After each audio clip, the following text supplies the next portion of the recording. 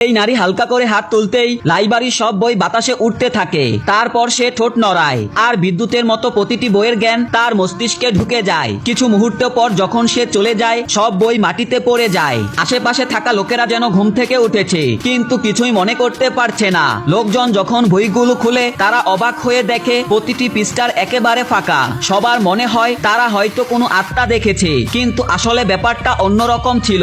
সে সাধারণ কোনো মানুষ নয়, ছিল এক অভিজাত বংশের নারী যে 10,000 বছর ধরে বেঁচে আছে। প্রতি 1000 বছর পর সে জেগে উঠে আবার দীর্ঘ নিন্দায় চলে যায়। তার চোখে শূন্যতা আর নিষ্পাপের ছাপ ছিল, কারণ সে কল্পনায় বেঁচে থাকতো। প্রথা ছিল যেই তার সাথে ভালো ব্যবহার করবে সেই পরিবার উপহার পাবে।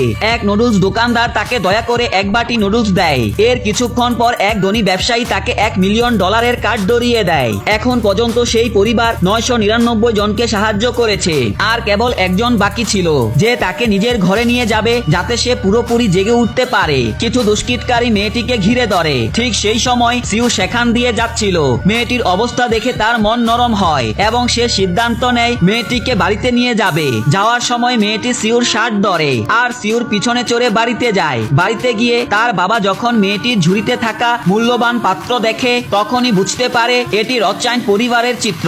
একটি পাত্র যা কোনো পরিবারকে 10,000 বছর সম্পৃক্তি দিতে পারে। তিনি সঙ্গে সঙ্গে সিদ্ধান্ত নেয় তার ছেলে যেন এই রহস্যময় মেয়েটিকে বিয়ে করে, কিন্তু দাদি মানতে চায় না। তবে সিউ দাদির কথা উপেক্ষা করে মেয়েটিকে বলে উপরে গিয়ে পোশাক বদলে আসো। নিচে নামতেই তার সৌন্দর্য দেখে সবাই অবাক হয়ে যায়। সবার সামনে সিউ প্রতিজ্ঞা করে আজ থেকে তুমি পরিবারের শান্তিতে থাকবে। 5 বছর কেটে যায়। বাটলারের উদ্দেশ্য ছিল খারাপ। সে মিথ্যা বলে মেয়েটিকে রথচাইল্ড পরিবারের প্রতিদ্বন্দ্বীর সামনে হাজির করে। যখন প্রতিদ্বন্দ্বী সেই নারীকে দেখে সে ক্ষেপে গিয়ে দেহরক্ষীদের আদেশ দেয় তাকে নির্মমভাবে মারতে, কিন্তু তারা জানতো না এই আক্রমণই মেয়েটির শক্তির শেষ ধাপ ভেঙে যাবে। 1000 বছরের অস্থির জীবন শেষে এবার সে পুরোপুরি জেগে ওঠে। তার মনে পড়ে গত 5 বছর কিভাবে সিউ তাকে সব পরিস্থিতিতে তার পাশে থেকেছে। এবার সে মন স্থির করে সে তাকে হৃদয় দিয়ে ভালোবাসবে, কিন্তু এই যুগে পুরোপুরি খাপ খাওয়াতে হলে তাকে দ্রুত জ্ঞান অর্জন করতে হবে। তাই সে ছুটে যায় লাইব্রেরিতে।